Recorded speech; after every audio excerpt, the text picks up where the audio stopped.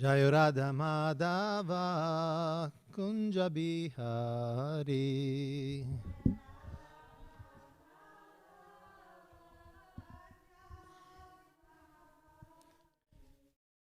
Jayo Radha Madhava Kunja Bihari.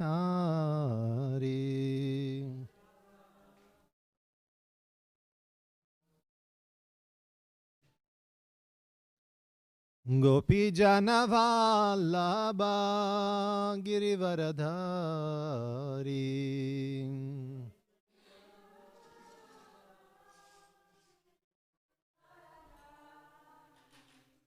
Gopi Jana Vallabha Girivaradhari.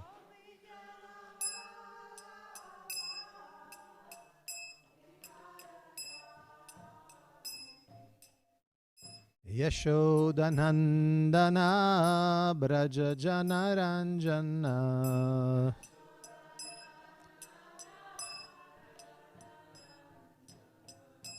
Yashodanandana Braja Janaranjana.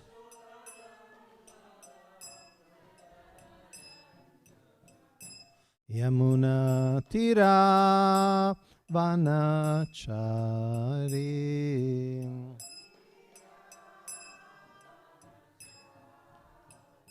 Yamuna Tira Vanachari.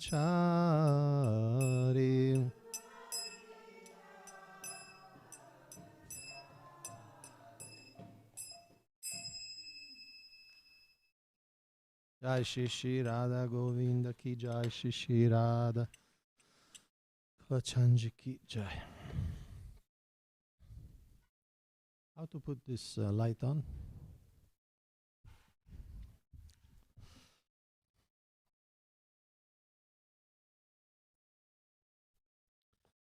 So today we are studying Srimad Bhagavatam from Canto 4th, Chapter 8, entitled Dhruva Maharaj Leaves Home.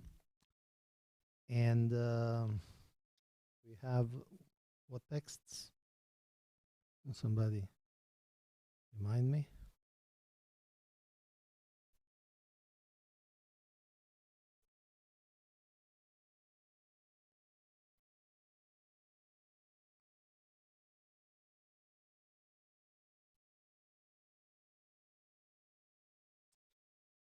From 44 to 52, and the focus verse would be text 46.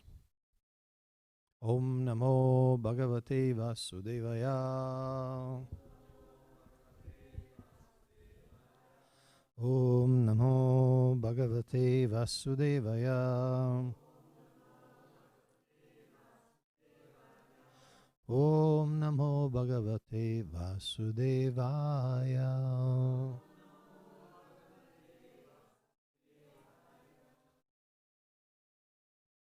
Who's managing the screen? Okay.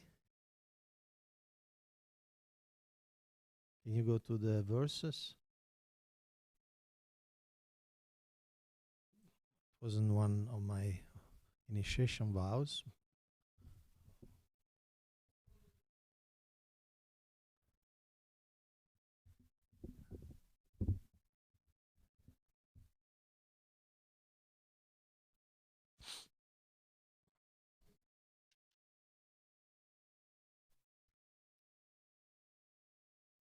So these are verses spoken by Narada Muni, a very important acharya in our line, a son and disciple of Lord Brahma, and actually an avatar, Bhakti avatar, Narada. One meaning of Narada is one who gives Narayana, Narada. So, text 44.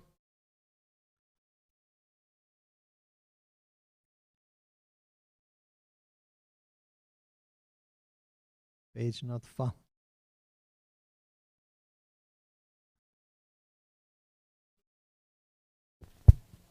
No, this is more than enough. Thank you. Thank you.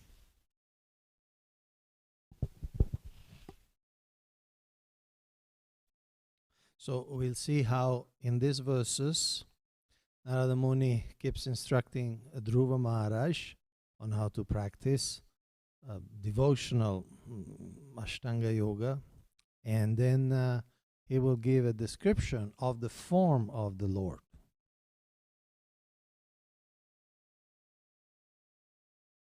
Okay, so who likes to read text 44?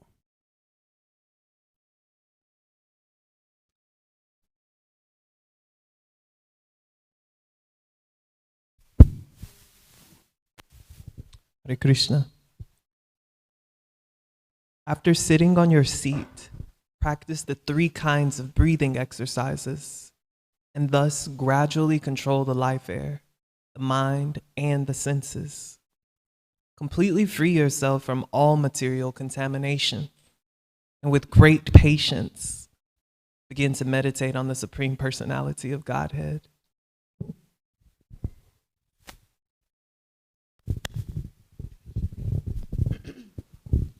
The form of the Lord is described herein. The Lord's face is perpetually very beautiful and pleasing in attitude. To the devotees who see him, he appears never to be displeased, and he is always prepared to award benedictions to them. His eyes, his nicely decorated eyebrows, his raised nose, and his broad forehead are all very beautiful. He is more beautiful than all the demigods.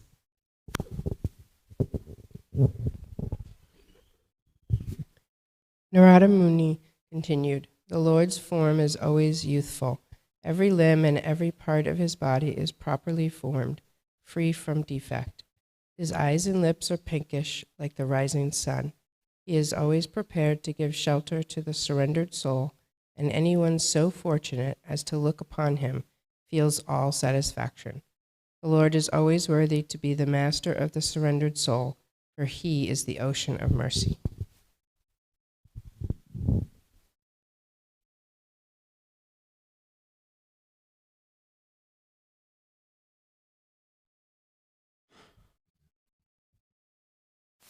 No, scroll. Just scroll to the next verse. The Lord is further described as having the mark of Srivatsa, or the sitting place of the goddess of fortune, and his bodily hue is deep bluish.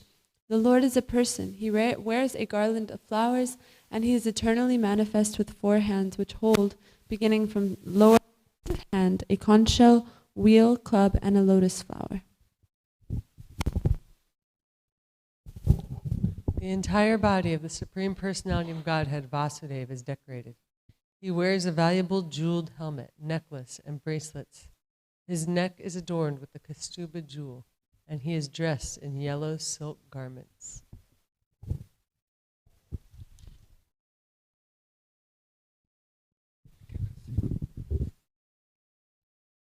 The Lord is decorated with small golden bells around his waist, and his lotus feet are decorated with golden ankle bells.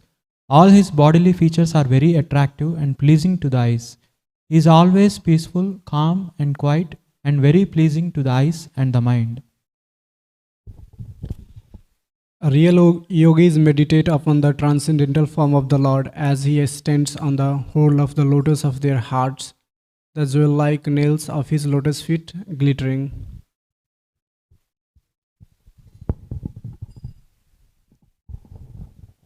The Lord is always smiling, and the devotee should constantly see the Lord in this form, as he looks very mercifully towards the devotee.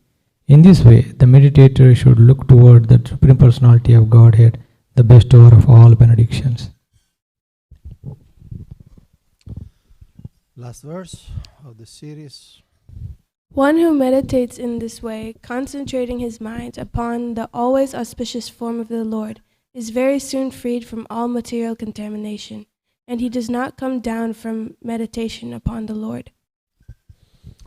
Thank you. Thank you all. We go back to text 46.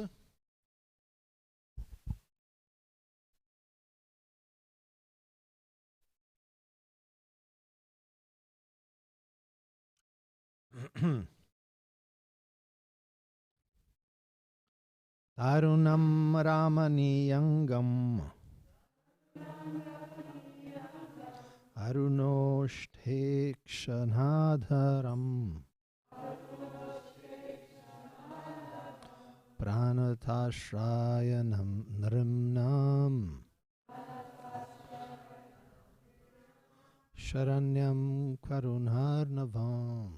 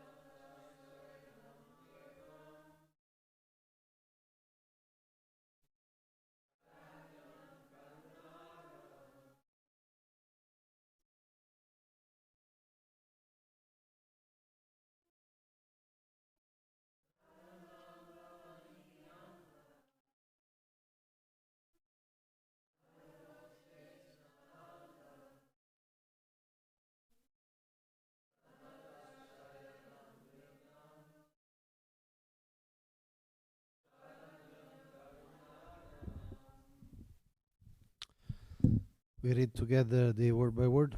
Tarunam youthful, Ramaniya attractive, Angam all parts of the body, Aruna Oshta lips pinkish like the rising sun, Ikshana Adharam eyes of the same nature, Pranata one who is surrendered, Ashrayanam shelter of the surrendered, Nrimnam transcendentally pleasing in all respects, Sharanyam the person unto whom it is just worthy to surrender,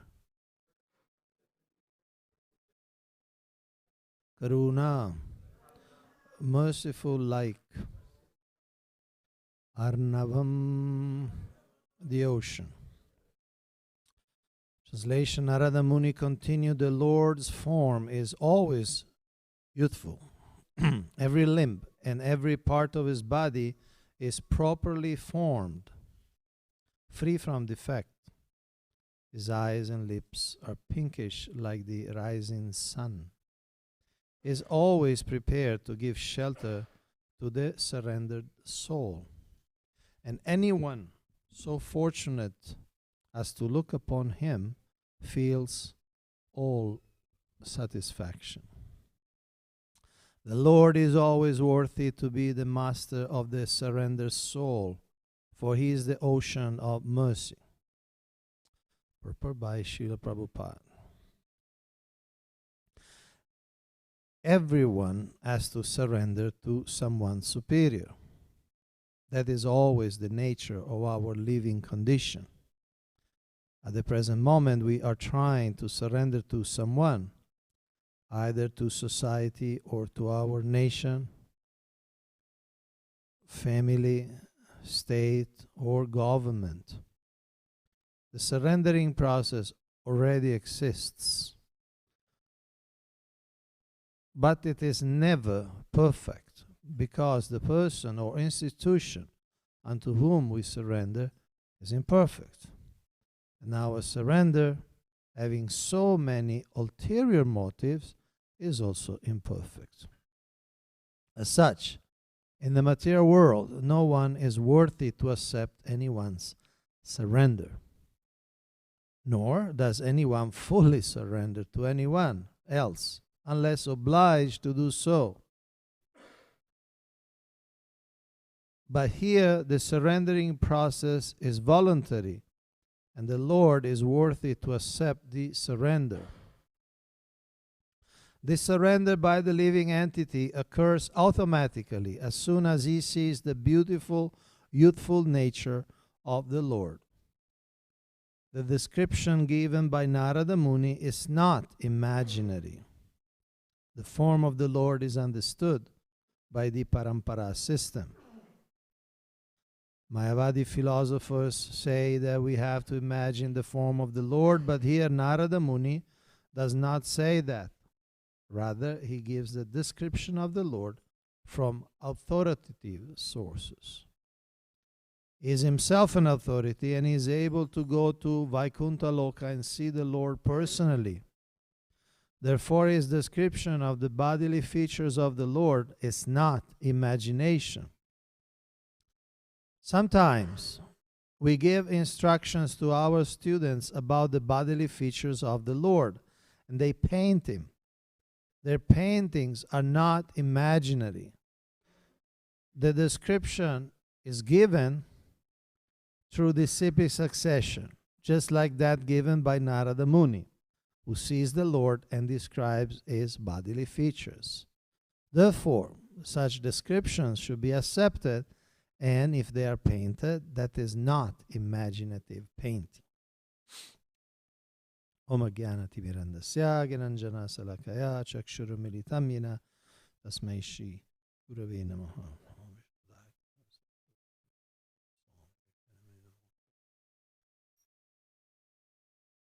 Namam Vishnu Padaya Krishna Pastai Bhutale Shrimad Bhakti Vedanta Swaminiti Namine Namaste Saraswati Devi Gauravani Pracharine Nirvishesha Shunyavadi Paschatya Deshatarine Vanchakalpatarubhyascha Kripa Sindhuvaiva Cha Patitanam Pavanebhyo Vaishnavibhyo Namo Namaha.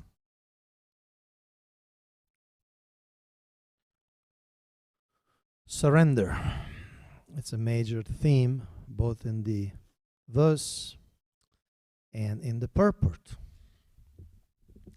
I have a friend in Italy, a devotee who had a lot of experience with what we call the Bhakta program, the training for new devotees.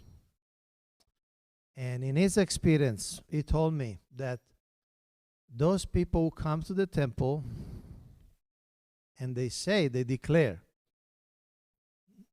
I'm convinced I want to dedicate my life to Krishna. From now onward, I'll be a devotee. Those people, after 3-4 days, they leave the temple, you don't see them again. But those people who come in a very, we could say, not hesitant, but they say, well, I'm here to check this thing out. I don't know. I just want to understand Krishna consciousness.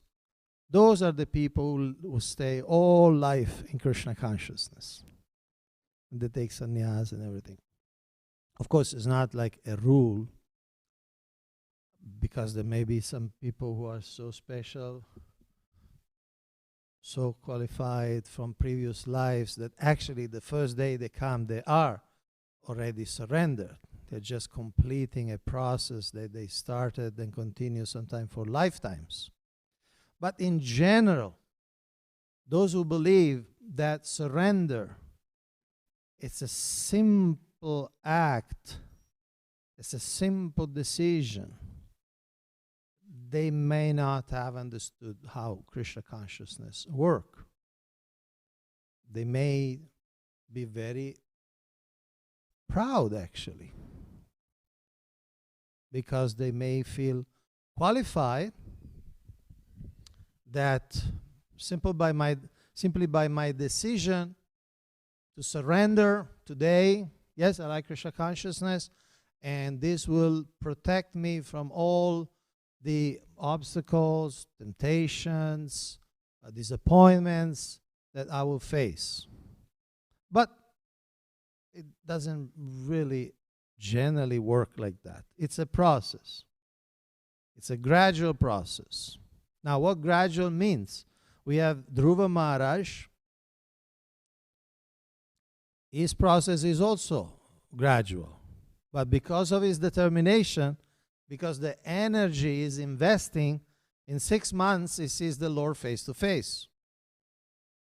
But even at that level of determination, and in those circumstances, he was in Madhuvan, perfect place in Vrindavan. He had the greatest spiritual master, Narada Muni, who personally instructed him. shaping the instructions to his nature. And then he had this extraordinary, superhuman drive to get to his objective. But even for him, it took 6 months. So, when we say that it's a gradual process, that should not be an excuse to be lazy, to be laissez-faire. That, well, it's a gradual process, you know. That's not the spirit. But the idea is to understand the process. So I'm going to read a few descriptions of Srila Prabhupada describing the process of surrender, the 6 steps. He calls them sometimes the phases of surrender. So phases is something that means there are stages. And this is a famous verse. You will find it in the Hari Bhakti Vilas by Srila Sanatana Goswami. We find it in the Chaitanya Charitamrita. And Srila Prabhupada keeps quoting it in full or in parts, starting in the Bhagavad Gita and again in many other books. Here I'm reading from the Narada Bhakti Sutra, which is a book Srila Prabhupada only, there are 48 verses. Srila Prabhupada only translated and commented on the first 15. Then His Holiness Satsarup Maharaj completed the rest.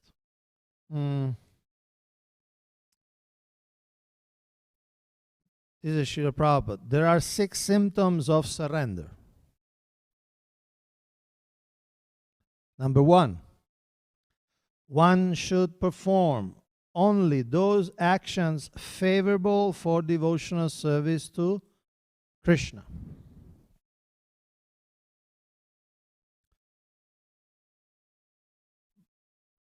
I'm reading from the Narada Bhakti Sutra, text 12.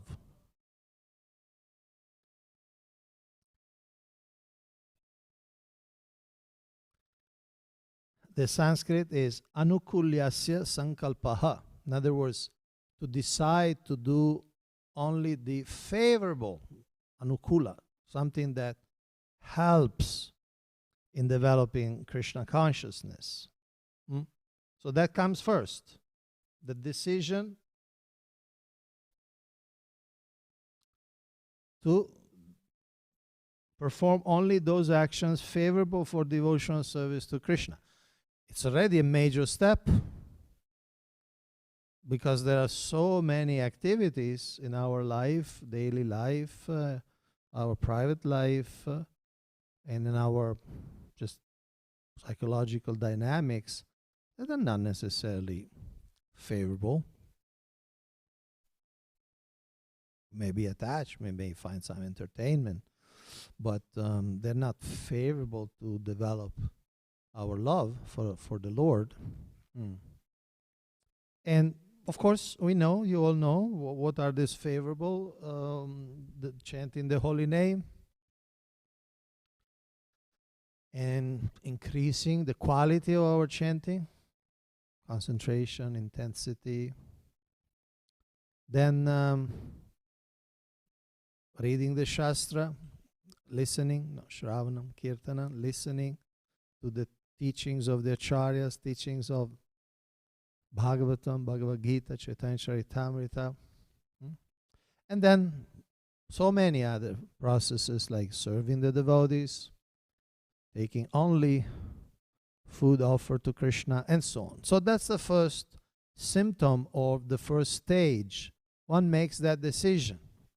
That's the nature of yoga, that you decide, okay, I'll do things that will improve my yogic situation, that will protect and develop my capacity of being in yoga and being in union. As usual, when there is a positive injunction, there is also a negative injunction. So the negative injunction is number 2, one should give up everything unfavorable for discharging devotional service, which translates as pratikulyasya varjanam. Varjanam means abandoning, rejecting. Pratikulyasya, anukulyasya. Anu means following, is favorable. Prati means it's against. Same word. Anukulya, pratikulya. What's something which is against? So pratikulyasya varjanam. Rejecting what's not good. And I surmise that you all know what's not good for devotional service.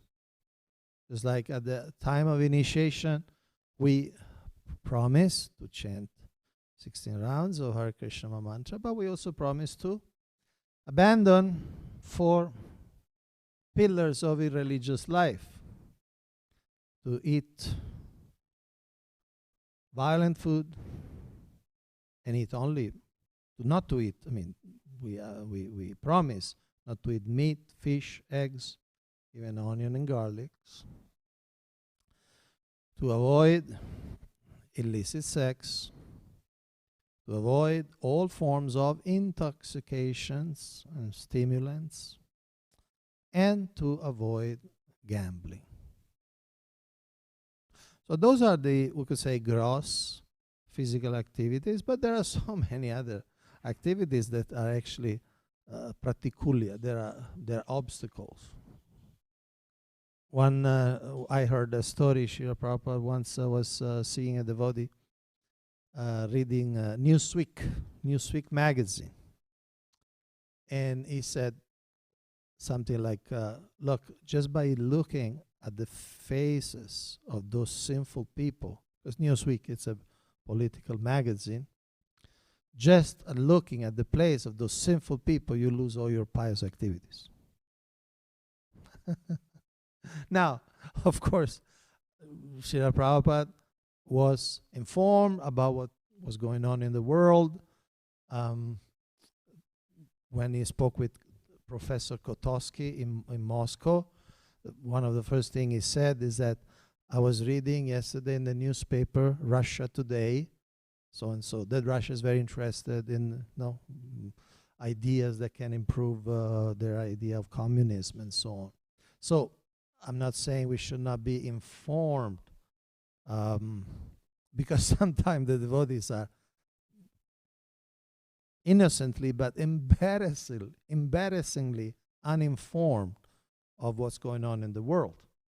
And of course, I mean, each one has got the service. Some devotees don't need to know anything that is going on in the world. But if you interact with the public who live in the world, maybe it's good to know who is the present president of the country, who is the present vice president of the country, things like that. Things like that. I remember in Italy, at one point we had a radio station, Radio Krishna Centrale, and there was a lot of interaction with the public. And one day there was, some of you, I mean, most of you may not remember, there was a final of the soccer championship, the Champions League. And somehow the supporters of one of the team attacked the supporters of the other team within the stadium. And some 40 people died.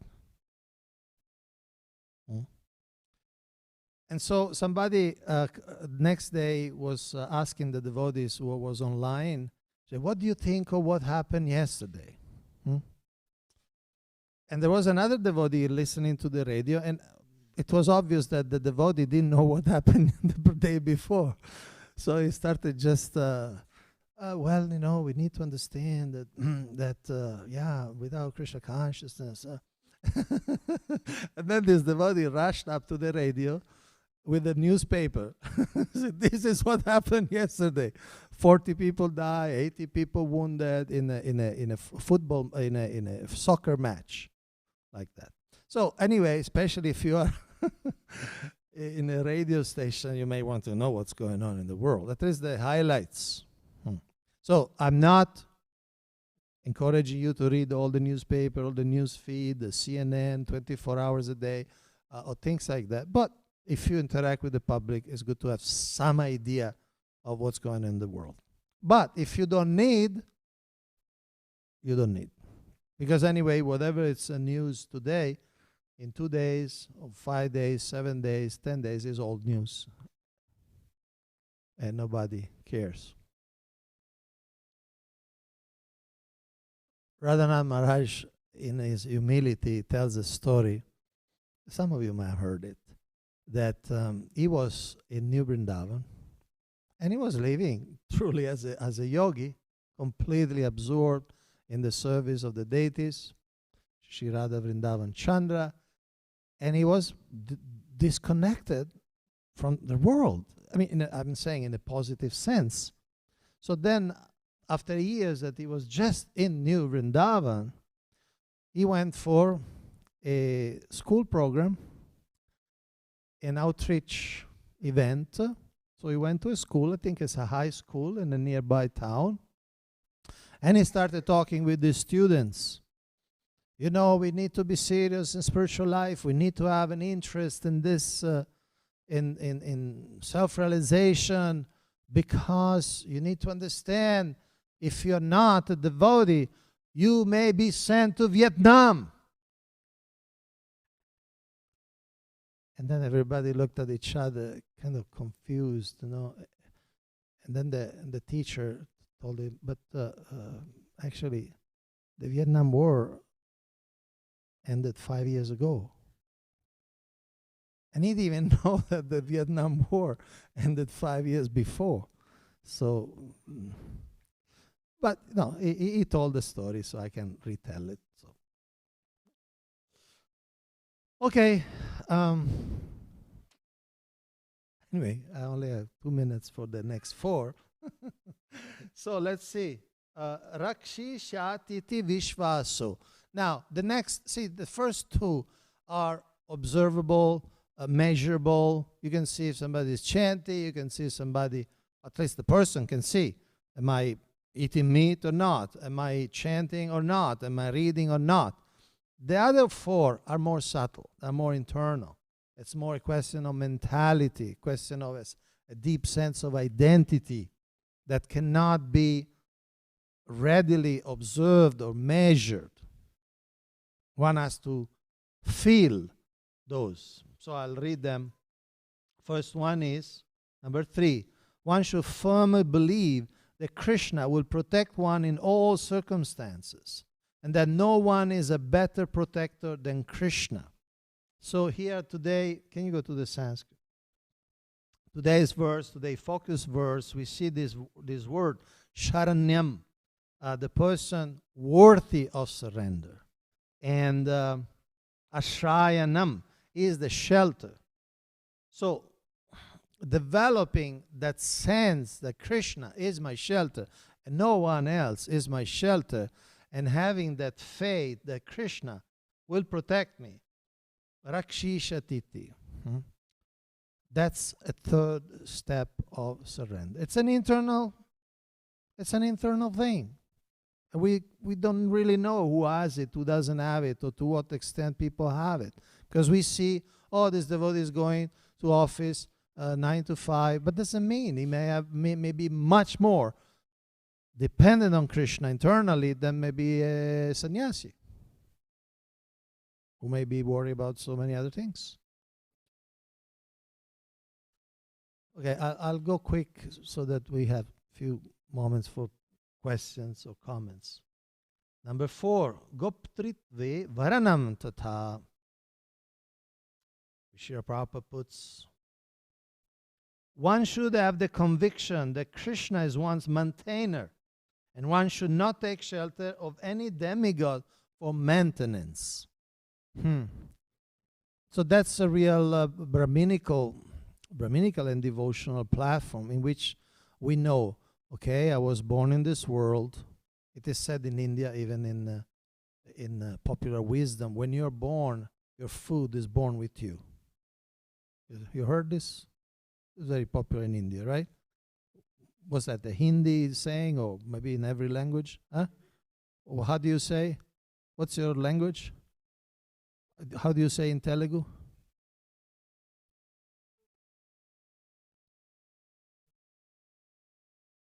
Acha. So basically, when you're born, your food is born with you. I mean, not simultaneously the same moment, because otherwise we'll go bad, you know. So, but if you're born in this world, there is enough food for you. In fact, there is no record of any Vaishnava ever dying of starvation. Srila Prabhupada explained that there was a big famine in Bengal, millions of people, literally millions of people. It was an artificial famine created by the British because they wanted to enroll people in the army, so they starved the people, so they had to join the army if they want to survive. But Srila Prabhupada explains that no Vaishnava ever died of famine. So that's just one element of maintenance. There are other aspects, of course, but food is the primary, annamaya. So one should be peaceful, knowing that I'm at the lotus feet of the Lord, Krishna will take care of me. And in the unlikely event that I die of starvation, that's also, a plan of Krishna. And it's good for me. We have to die of something. Number 5, one should always remember that one's activities and desires are not independent. In other words, the devotee should feel completely dependent on Krishna, and thus he should act and think as Krishna desires. So think as Krishna desires, not only the action of the body, but the actions of the mind. So here we're moving to a very advanced level. And the Sanskrit of this is Atma Nikshepa. Atma Nikshepa. Nikshepa is a word that means many things. Nikshepa means, sometimes means throwing oneself. Or Nikshepa, technically, also when you make a bank deposit, that deposit is called Nikshepa. So you deposit yourself to Krishna's lotus feet. It's like, I'm yours. Like you transfer money. Okay, now this money is not in my bank account anymore. It's in your bank account or in Amazon's bank account. So Atmanikshepa, you are depositing yourself at the lotus feet of Krishna. And of course, you can see how Srila Prabhupada elaborates just on these two words, Atmanikshepa. So surrender the body, surrender the mind, surrender the words, surrender the desires, surrender everything. And then that last one is karpanye, which one may take as a negative word, because karpanya means basically feeling, one should always think himself the poorest of the poor and feel totally dependent on the mercy of Krishna. Karpanya means basically feeling miserable. Miserable meaning feeling completely insignificant. Because one realizes, I don't even control my body, I don't even control my digestive system, and this body is so frail, and even socially my reputation is so frail, can be destroyed in one moment. So one really feels insignificant. And again, it's a feeling of peace, because one is not working anymore on self-aggrandizement, on reputation. Is not anymore being the advertiser of oneself. He may take positions. He may accept garlands, or he may accept honor sometime, but inside he feels insignificant. So these are the 6 phases of surrender.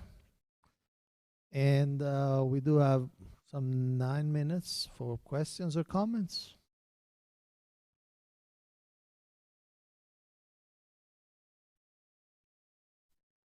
Maybe not all at once, but you know. Oh, sure. We have a mic for you. We all want to hear. So when we were living in San Diego, classes were given about the current events, Okay. and all the current events were spoken, and then a beautiful Bhagavatam class was given by those current events. So it was really Every day or? when who was the temple president there in those days was. He's a GBC now, in Badrinarayan Maharaj. yes. So he would always give these amazing classes on current events, and comment on them in the Bhagavatam class. Acha. Yeah, it was very beautiful. Yeah, when I was in a book distribution group, was called Sankirtan Party.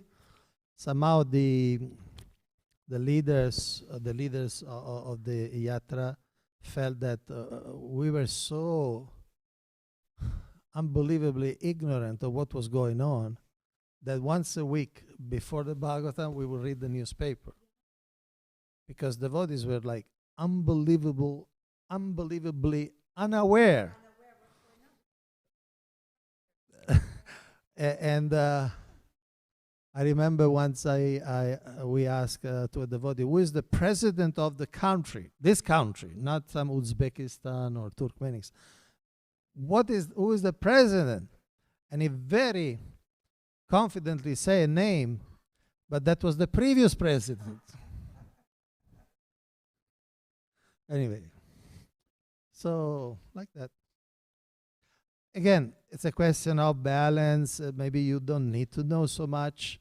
I mean, this is election here in this country. You don't need to know every single political commentary, every single poll result. But I guess on 6th or 7th November, you need to know who won the race. I mean, just at least as a trivia point. Okay, there's a president of the country. Okay. Yes.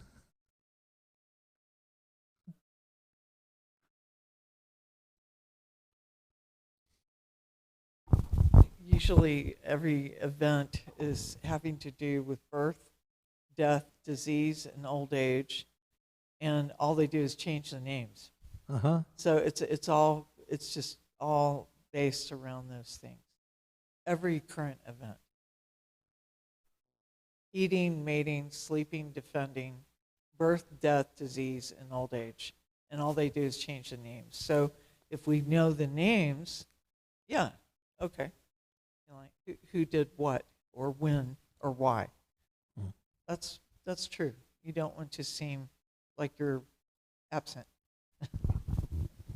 Yeah, if you interact with the public, especially if you go outside, and some idea, But certain things are just not important. Like, say, for instance, you may not have any idea, and it's okay about the sportsmen, sportswomen and sportswomen, because those are really, like Prabhuji was saying, that just today somebody, next day somebody else.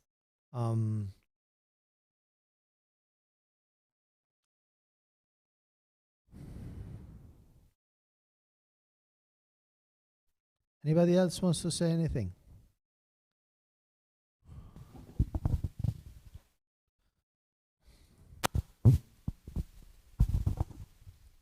Hare Krishna, Prabhu.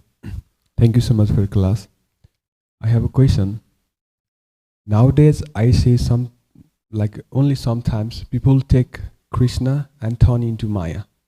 Let's suppose there's a prasadam out there, and sometimes I eat too much, then I regret why I eat too much. Then I'm in Maya. Then I feel sleepy and sleep.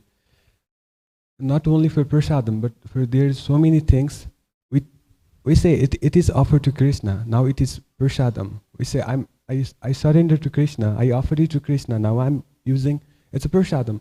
But when we using as a prasadam, sometimes I feel like it is not prasadam anymore. You turn it to Maya. It turns back into boga. Yeah. Well, that's the difference between anukulyasya and pratikulyasya. And everybody should have the intelligence, the honesty, the transparency, and the sincerity to decide when it's anukulya, when it's favorable, and when it's unfavorable. So you are an adult man, intelligent man. You're also a slim man, by the way. You'd say that you eat a lot, but you're pretty slim. So, yeah, we are in front of prashada. We need to know when that prashadam remains anukulya and when that same prashadam becomes pratikulya. That everybody should know, according to their nature, to their capacity of digestion. Pardon? Anukulyasya means favorable, something that helps. Pratikulyasya is something that actually it's an obstacle. It goes against. Prati means going against. So that it's also personal. Some people have very, very extraordinary digestive powers. They can eat much more. Then there is a social aspect. Like there is the Mahaprasada comes out. I'm talking about a hypothetical temple, not about ISKCON Dallas. But say the prashada, Mahaprasada comes out, and there are 10 pieces of cake, and you take all 10. Like I've seen also in this temple somebody doing. And that's also, I mean, it's very favorable for your eating, but may not be so favorable for the rest of the community. That there are 10 pieces of cake and you take all of them just because you are the first to come on the scene, and then it becomes a crime scene. Because you stole, I mean, unless your doctor really told you had to eat 10 pieces of cake, it's essential for your. And then, of course, there are health considerations. Like there was a devotee, African American devotee. He was seriously sick with diabetes, and some devotee preached to him, no, but this is Mahaprasad. This is Mahaprasad. So he forced him to eat sweets, and he died. He just died. Sometimes we project strange ideas on how the laws of nature work. Yes. I just wanted to make a small point on the like the example of the cake.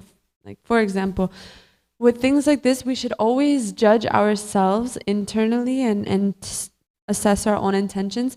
But if I were to see someone else taking 10 pieces of cake and then judge them, that becomes my own criticism and my own anartha, because they may be taking 10 pieces of cake to distribute to people in need or to family and things. So I just wanted to, not that you were saying we should judge, you weren't saying that, I just wanted to throw that in there, just in case the idea may come, oh, if I see someone else doing this, then that's bad, they're in Maya. But it might not be that way. So we should judge ourselves very harshly, but not make any assumptions about anyone else's intentions. Yes, that's called giving the benefit of the doubt. This devotee is walking with 10 pieces of cake, but he might have a complete legitimate reason. We don't know. Or he may be a glutton, an insensitive hoarder. We don't know. So give the benefit of the doubt. And now we will practice this lesson. We'll move to the Prashadam hall and we'll see who picks up, how much you pick up. There are CCTV cameras. So our time is up. Right? Should we stop here? Well, we have two. You wanted to say something? I don't know. You tell me. Should I stop or stop? Huh?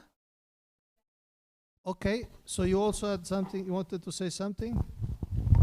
He was for the first, actually.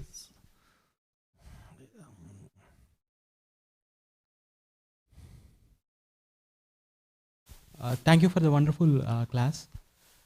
Actually, I have some.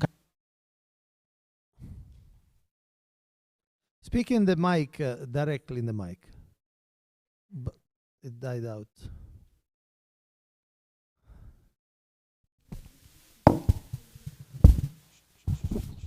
Yeah, Hare Krishna Prabhuji. Yeah, thank you for the wonderful lecture. My question is a little different, slightly connected to this. Okay, tell Yeah. us what it is. Narada Muni, as a perfect spiritual master, instructs Dhruva Maharaj, like where you have to go and how comfortable place you have to go and do your sadhana and everything he instructs, right? Uh-huh. In current world, every day we are seeing lots of killings in the name of God or something. Even today also, so much, I read so much very bad news, like hundreds of people got killed by mass shooting in Russia. 110, but it's okay. Yeah. Who's counting? Yeah, why Yes. I'm saying is, in today's world, people in the name of God actually trapping kids or women or killing So what's kids. your question? Yeah, question is like, are we prepared for the actual reality, or do we have Kshatriya Dharma in our Dharma? Are we actually teaching that aspect also in our spirituality, or we are just ignoring the reality and making all ours like, even temples are getting attacked. So many things are happening. See, this is a very, what do you call, composite question, because there are so many elements.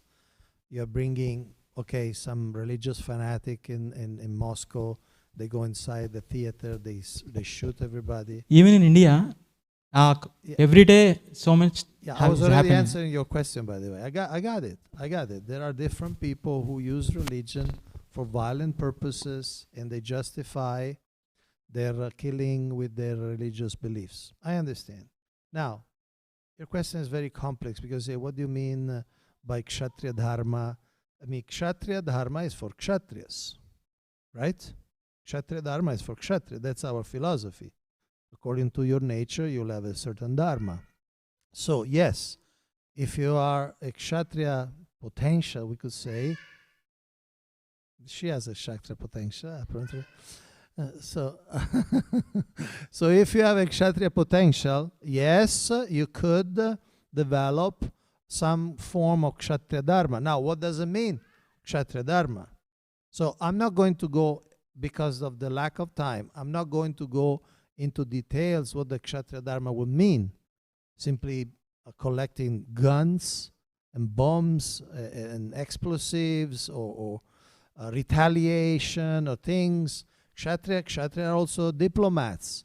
Kshatriya means also you're dealing with the powers in a way that is favorable. So Kshatriya Dharma means many things. And if you feel we should have a better security in the temple, that's a more a managerial issue. We can discuss with the temple president if you want to donate for CCTV cameras and things like that. Why not? So we take the last comment or question. But it's a very subtle thing. What's a Kshatriya Dharma? Who is for? What does it mean? Yes.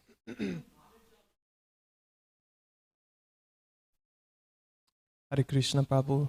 I wish to kind of connect all the themes that have been introduced pertaining to prasad as well as current events. Acha. So current, and what Narada says in text 44 as his instruction to Dhruva to engage in devotional service by the means of meditation. So the meditation is being described in these texts, like what to focus on, the different forms of Krishna.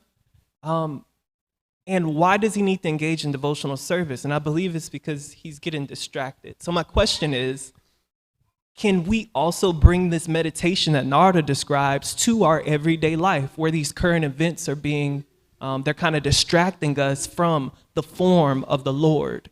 I know we've only been prescribed by Chaitanya to chant Hare Krishna, That's one method, but I'm asking specifically about this meditation. Can we bring this into our everyday life? For example, I'm sitting here talking, but I could also have in my imagination the form of the Lord that's being described here. So that's my question. How practical is that? The easy and short answer is yes and no. Meaning, yes, the same principles of meditation are universal and permanent, but we have many more facilities in the sense that for us to meditate on the form of the Lord, our two major aspects of that is chanting the name, that is not different from the form of the Lord, and then coming in front of the deities or serving the deities directly in different ways by coming to the programs and contemplating the form of the Lord. So the principles we can extract, but the things like the exact method or procedures, they are not really for us. Probably if we even try, we'll probably just go to a forest and try to minimize eating like Dhruva did, then eating only berries, and then eating only dry leaves, and then drinking only water, and then stopping. We'll probably get very soon sick and will be completely incapacitated of doing any spiritual life. So we can take the principles and see how the acharyas following Narada Muni, following the Bhagavatam, gave us. And the main thing is chanting and keeping a healthy life, coming in front of the deities as much as possible, meditate through the singing, meditate through the Bhagavatam, which is another form of the Lord. Okay? Thank you so much for this, for your attention and patience. Have a great day. Today it's Gorpurnim's Eve. It's a great time to meditate. Tomorrow we celebrate the appearance day of Lord Chaitanya. So it's a great day for preparing ourselves. Jai Grantara Srimad Bhagavatam ki jai, Srila Prabhupada ki jai, Nitai Gaur Premanandi.